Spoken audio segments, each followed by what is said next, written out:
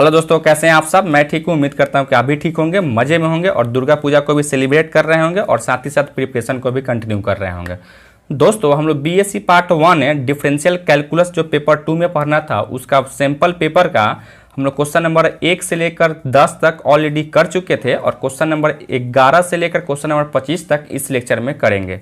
और जो भी बच्चे को बीएससी पार्ट 1 मैथ ऑनर्स का कंप्लीट सिलेबस पढ़ना हो तो मेरे चैनल मैथ्स वाला को सब्सक्राइब कर ले, वीडियो को लाइक शेयर कमेंट कर दे। तो चलिए हम लोग शुरू करते हैं। क्वेश्चन नंबर 11 में क्या दिया गया था दोस्तों, देखिए क्वेश्चन नंबर 11 में कह रहा था a function is said to be explicit when express directly in terms of. देखिए दोस्तों, फंक्शन हम लोग देखते थे, फंक्शन दो टाइप के होते थे। एक को कहते थे हम लोग इम्प्लिसिट फंक्शन, क्या कहते थे उसको, इम्प्लिसिट फंक्शन कहते थे, इम्प्लिसिट फंक्शन कहते थे। और एक होता था सेकेंड में क्या होता था, तो आपको एक्सप्लिसिट फंक्शन होता था। ठीक है, क्या होता था यहाँ से एक्सप्लिसिट फंक्शन होता था। तो एक्सप्लिसिट फंक्शन क्या होता था सो देखिए, और इम्प्लिसिट फंक्शन क्या होता था सो देखिए। देखिए इम्प्लिसिट फंक्शन कहने का मतलब क्या था दोस्तों, से एक्स वाई को आप सेपरेट नहीं कर सकते, यानी अलग अलग नहीं कर सकते हो। जैसे में अगर आपको यहाँ एक्स के पावर एन प्लस है वाई के power n is equal to अगर आपको दे देगा क्या यहाँ से, तो एक्स प्लस वाई का होल पावर अगर एन दे देता तो आप क्या करते, इसको एक्स और वाई को अलग अलग आप नहीं कर सकते थे दोस्तों। ठीक है, तो इसी को कहा जाता है इम्प्लिसिट फंक्शन कहा जाता है। एक्सप्लिसिट फंक्शन क्या होता है, तो इसका जस्ट उल्टा होता है। जैसे मैं यहाँ से x plus y equal to अगर समथिंग यहाँ 5 दे दिया गया हो तो क्या करोगे, एक्स को अलग कर सकते हो, यानी क्या लिखोगे यहाँ से 5 माइनस वाई लिख सकते हैं। या हम कहें अगर वाई का वैल्यू निकालना हो तो क्या लिखो 5 माइनस का एक्स लिख सकते हो। तो इम्प्लिसिट फंक्शन क्या होता है, जिसको एक्स वाई को आप आसानी से अलग अलग नहीं कर सकते, उसको इम्प्लिसिट फंक्शन कहते हैं। और एक्सप्लिसिट फंक्शन क्या होता है, जिसको एक्स वाई को आप आसानी से क्या करोगे तो इधर उधर कर सकते हो। तो एक्स को आप कहते हो इंडिपेंडेंट वेरिएबल और वाई को क्या कहते हो तो डिपेंडेंट वेरिएबल कहते हैं। तो इसी तरह से यहाँ से जो ऑप्शन यहाँ से दिया गया है दोस्तों, directly in terms of independent variable, dependent variable, independent variable बोले तो एक्स और इंडिपेंडेंट वेरिएबल बोले तो वाई दोनों है। और यहाँ से कहता है ऑप्शन नंबर सी में क्या, बोथ ए एंड बी, तो यहाँ से क्या लिखोगे, यहाँ से ए और बी दोनों होगा, अर्थात यहाँ से ऑप्शन नंबर सी इसका करेक्ट होगा। जैसे क्वेश्चन नंबर 12 में आते हैं दोस्तों, क्वेश्चन नंबर 12 में क्या कहता है, a series summation of N equal to 1 से लेकर infinity U N is said to be convergent if the sum of N terms यानी एसएन टेंस टू। देखिए दोस्तों, यह एक आपको इनफाइनाइट सीरीज में यह सब चीज़ पढ़ना था जो कि बीएससी पार्ट 1 में है, सॉरी बीएससी पार्ट 2 में आपको यह पढ़ना था, लेकिन फिर भी यहाँ आपको दे दिया गया है। तो इसका ऑप्शन नंबर क्या होगा, तो ऑप्शन नंबर इसका एक करेक्ट होगा। ये फाइनाइट क्या या डेफिनिट फाइनाइट लिमिट एस हो जाएगा दोस्तों। ठीक है, उसी तरह से क्वेश्चन नंबर 13 में क्या कह रहा था, the Taylor's theorem use to find the expansion of, या किसके एक्सपेंशन को फाइंड करने के लिए यूज किया जाता है। तो देखिए सबसे पहले टेलर्स थ्योरम होता क्या है इसके बारे में थोड़ा सा सीखते हैं। ठीक है, जैसे मैं यहाँ से अगर एफ एक्स प्लस एच दिया गया हो तो यह इसका एक्सपेंशन हो जाता है x, F x plus H का एक्सपेंशन क्या हो जाता है, तो यहाँ से एफ ऑफ एक्स प्लस का क्या लिखो एच बटा में factorial 1 F dash of x लिख सकते हो, प्लस उसी तरह से H square by factorial 2 F double dash of x लिख सकते हैं। इसी तरीके से आगे हम बढ़ाते हैं। कहने का मतलब क्या है, से किसी भी फंक्शन को x प्लस एच के फॉर्म में जो फंक्शन होगा उसको एक्सपेंड करने के लिए टेलर्स थ्योरम का यूज किया जाता है। तो कहने का मतलब यहाँ से जो ऑप्शन नंबर आप देखोगे तो ऑप्शन नंबर इसका क्या है, तो ए इसका करेक्ट हो जाता है दोस्तों। ठीक है, उसी तरह से क्वेश्चन नंबर 14 में आता तो कहता है we can expand sine x plus h in terms of a ascending power of n using. अब देखिए अभी जस्ट हम देखें एक्स प्लस एच किसको मतलब एक्सपेंड करने के लिए किया जाता था, टेलर्स थ्योरम का, अर्थात यहाँ से 14 का ऑप्शन नंबर क्या होगा, तो ऑप्शन नंबर रखा ए ही हो जाता। क्यों, क्योंकि यहाँ साइन एक्स प्लस एच का एक्सपेंशन कह रहा था। अब यहाँ से आइएगा, यहाँ का तो we can expand sine x in term of ascending power of x using. अब देखिए यहाँ से अगर x को अगर साइन एक्स को एक्सपेंड करना है तो अब यहाँ से अगर साइन एक्स प्लस एच रहता तो टेलर्स, अगर यहाँ सिंपल साइन एक्स है तो वह क्या होगा, तो मैक्लॉरेंस थ्योरम से इसको एक्सपेंड किया जाएगा दोस्तों। ठीक है, अर्थात यहाँ से ऑप्शन नंबर इसका क्या होगा, तो ऑप्शन नंबर इसका आपका बी करेक्ट हो जाता। उसी तरह से क्वेश्चन में कहता है 16 में the partial derivative of u equal to f of x comma y with respect to x is denoted by. अब देखिए यहाँ से कोई फंक्शन अगर आपको दे दिया यू इक्वल टू अगर f of x comma y, तो पार्शियल डेरिवेटिव कैसे डिनोट करते हो, डेल यू बट्टा में यहाँ से डेल एक्स, जब एक्स के रिस्पेक्ट में करते हैं। अगर y के रिस्पेक्ट में करो तो क्या लिखूँ यहाँ से डेल यू, अब बट्टा में यहाँ से डेल y लिखते हैं। तो यही मेरा क्या होगा, तो यही मेरा ऑप्शन हो जाता है। देखिए del you by del x कहाँ है, तो del you by del x आप यहाँ भी देख रहे थे और यहाँ भी आप देख रहे हो। तो यानी एक्चुअली में यहाँ अगर मान लो अगर यह जेड अगर दे देता, ठीक है, तो यह आपका करेक्ट आंसर हो जाता। अगर यह आपको जेड दे देता तो यह आंसर हो जाता दोस्तों, ठीक है। अब आते हैं क्वेश्चन नंबर नेक्स्ट में, यानी 17 में कहता है the expression in which every term is the same degree is called.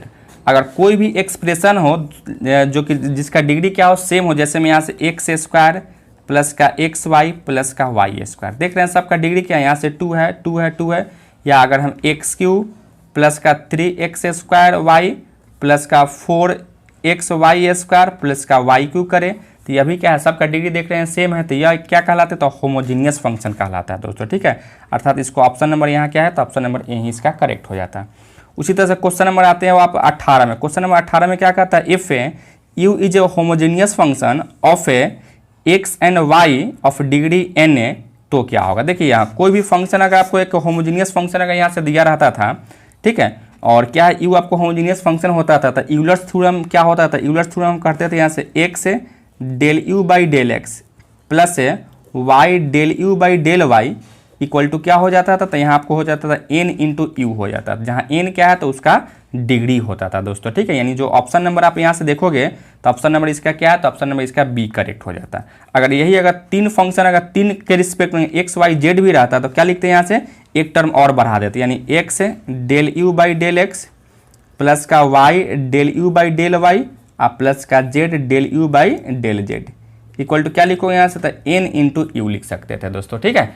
तो इस तरीके से मैंने यहाँ, हालांकि यहाँ दो ही फंक्शन दिया गया था, इसलिए यहाँ क्या एक्स और वाई के ही रूप में दिया गया था, यानी ऑप्शन नंबर इसका क्या होगा, तो ऑप्शन नंबर इसका बी करेक्ट हो जाता है मेरे भाई, ठीक है।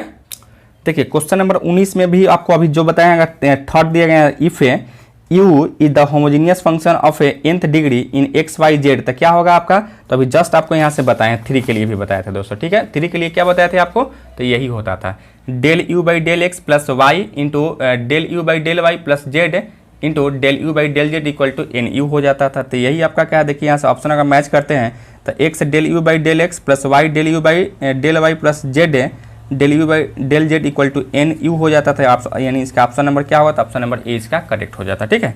उसी तरह से क्वेश्चन नंबर आप आते हो यहाँ से 20 में। क्वेश्चन नंबर 20 में क्या आते हो, if u be the homogeneous function of x and y of degree n then. अभी जो हम लोग क्वेश्चन नंबर जो 18 देखे थे उसी को अगर हम एक बार और एक्सपेंड करते हैं, यानी उसको अगर आगे बढ़ाते हैं तो वहाँ से आपको मिल जाता है क्या, एक्स स्क्वायर डेल 2u बटा del x square plus 2xy del 2u by del x del y plus y square del 2u by del y square equal to n into n minus 1 into u होता है, अर्थात यहाँ से option number आपका 1 correct हो जाता है दोस्तों, ठीक है। उसी तरह से यहाँ से क्वेश्चन नंबर आप 21 में आते हो। क्वेश्चन नंबर 21 में कहता है if u be the function of x and y then total differential of you.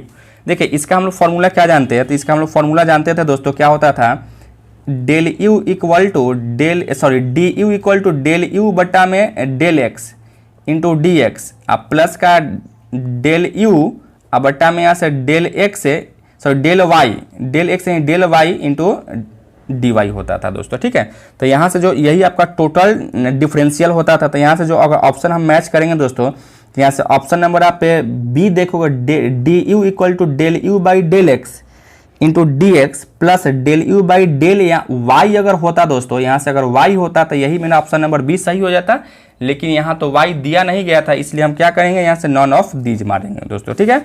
अब आते हैं क्वेश्चन नंबर आप आते हैं क्या, क्वेश्चन नंबर 22 में। तो क्वेश्चन नंबर 22 में क्या कहता है, if x comma y equal to constant function. If x comma y क्या है, तो आपको कॉन्स्टेंट फंक्शन दिया गया था, तब कहता है देने, देखिए दोस्तों यहाँ से होता क्या है, यहाँ से d y by d x, यहाँ अगर एक्स रहता है तो d y by d x is equal to minus f x अब बटा में एफ वाई हो जाता है, ठीक है। यानी partial derivative of x with respect to x है और partial derivative of y into with respect to y है, यानी अगर यहाँ से d y by d x यह रहता तो इसका ऑप्शन नंबर ए ही इसका करेक्ट हो जाता दोस्तों, ठीक है। उसी तरह से क्वेश्चन नंबर हम लोग 23 में आते हैं, the necessary and sufficient condition that the expression m d x plus n d y be exact differentiable. तो यह एग्जैक्ट डिफरेंशिएबल कब होता है दोस्तों, जब डेल एम क्या होता है, यहाँ से तो डेल एम बट्टा में del y is equal to del n बट्टा में डेल एक्स, दोनों अगर बराबर हो जाए तो वह क्या हो जाता है, एग्जैक्ट डिफरेंशिएबल हो जाता है। ठीक है, यानी यहाँ ऑप्शन नंबर देखो तो ऑप्शन नंबर इसका क्या है, तो ऑप्शन नंबर सी इसका करेक्ट हो जाता। उसी तरह से क्वेश्चन नंबर आप 24 में आते हैं तो क्वेश्चन नंबर 24 में क्या कहता है, द इक्वेशन डेल स्क्वायर भी इक्वल टू 0 इज कॉल्ड, तो इसको लेप्लासियस इक्वेशन कहा जाता है। ठीक है, तो ये इसका ऑप्शन नंबर आपका क्या होगा, तो ऑप्शन नंबर सी इसका करेक्ट हो जाता।